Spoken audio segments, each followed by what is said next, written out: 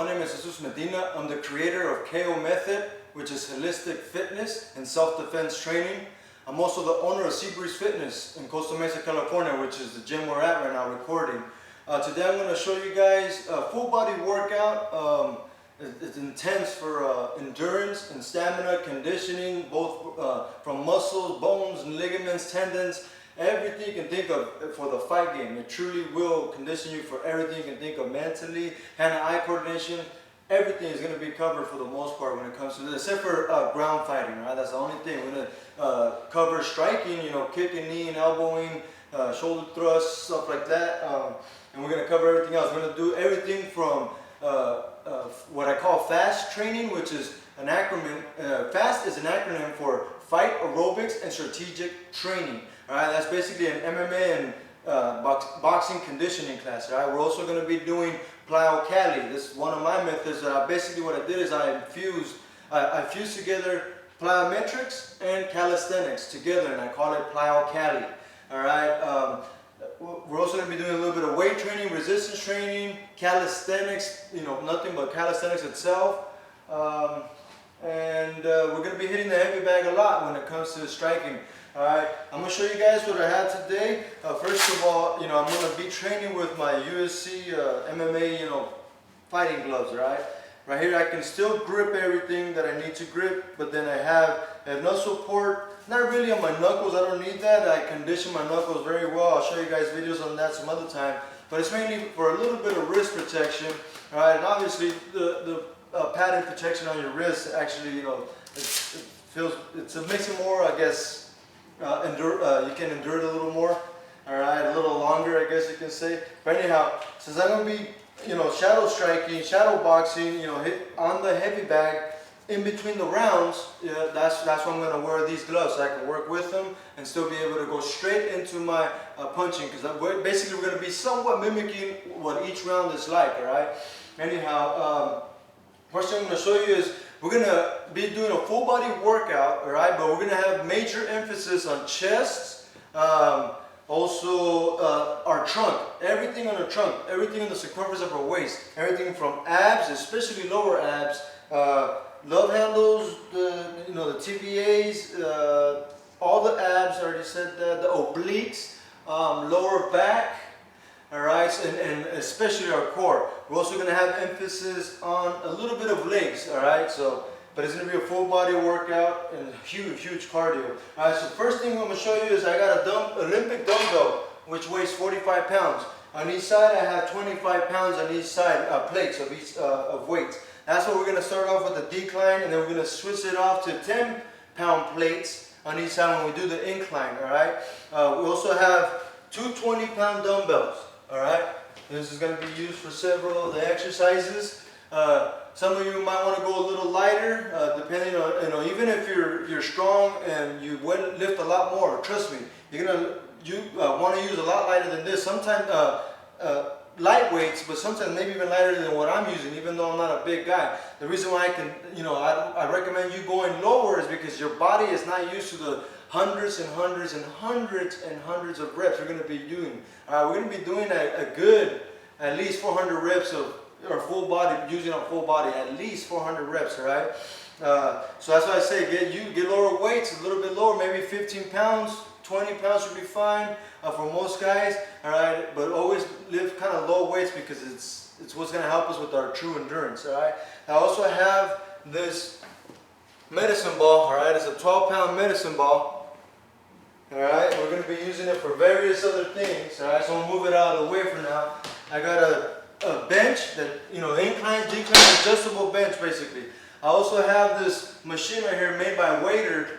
It's called the X Factor, right? It's just resistance bands that you set up on a door frame, right? This, you can get a full body workout with this.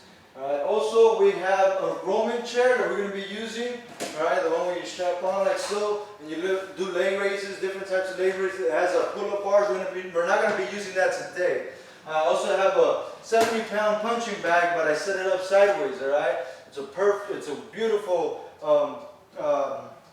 setup when it comes to for hooks, uppercuts, even straights, right?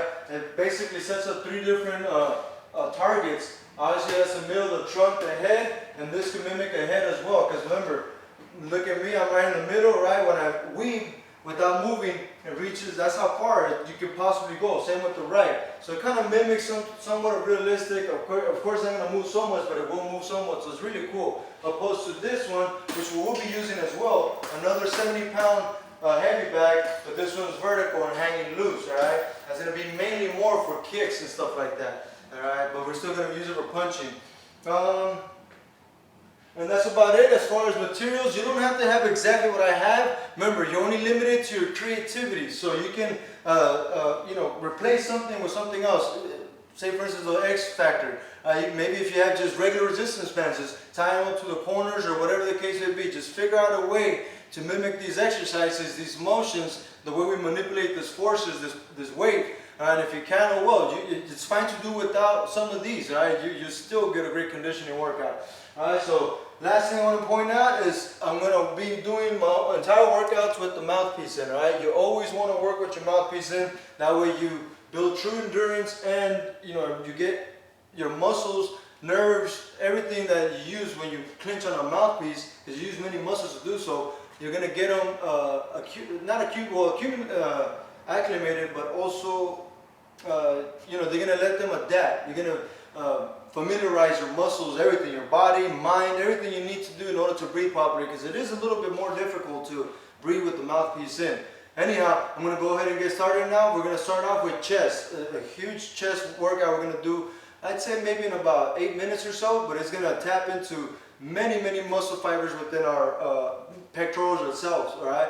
So that's the number one key about KO method. KO is an acronym when it comes to the holistic fitness. It's an acronym. KO is an acronym for kinetic overload. When it comes to self-defense, it stands for knockout method, because I will teach you how to knock out people in seconds. Anyhow, so we're going to be moving. The main thing about KO method is you try to activate as many muscle fibers within each muscle group. Alright, that'll build true endurance, and you will be able to maximize your stamina, everything, man. What else? So we'll never isolate. Alright, we're going to use as many muscles as possible. As long as we're manipulating the weights around, we're using many muscles. The more muscles we use, the more true endurance we build, the more calories we burn. Alright, so the more lean muscle we'll have. Alright, the faster our metabolism burns, fires. I mean. Anyhow, what else? And then also we're going to be working against gravity. So that means up a little bit quick against gravity, down smooth against gravity or against resistance. Alright, and last thing, number one, is breathing. Alright, breathe in deep in through your nose, out through your mouth.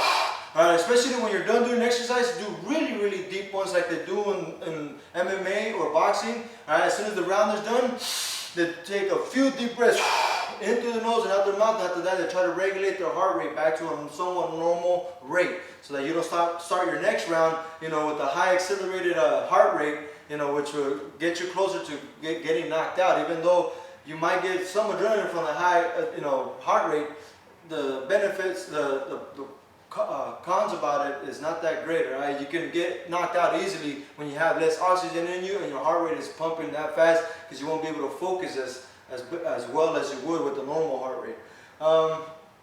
And also breathe out on the most difficult phase of the exercise. Usually it's up against gravity, when you're pushing up against gravity or pulling up against gravity. That's usually the hardest phase. That's when you want to breathe out through your mouth. All right, breathe in on the easiest phase and out on the hardest phase. That way you propel that weight that you're trying to manipulate around with that you know, exertion of that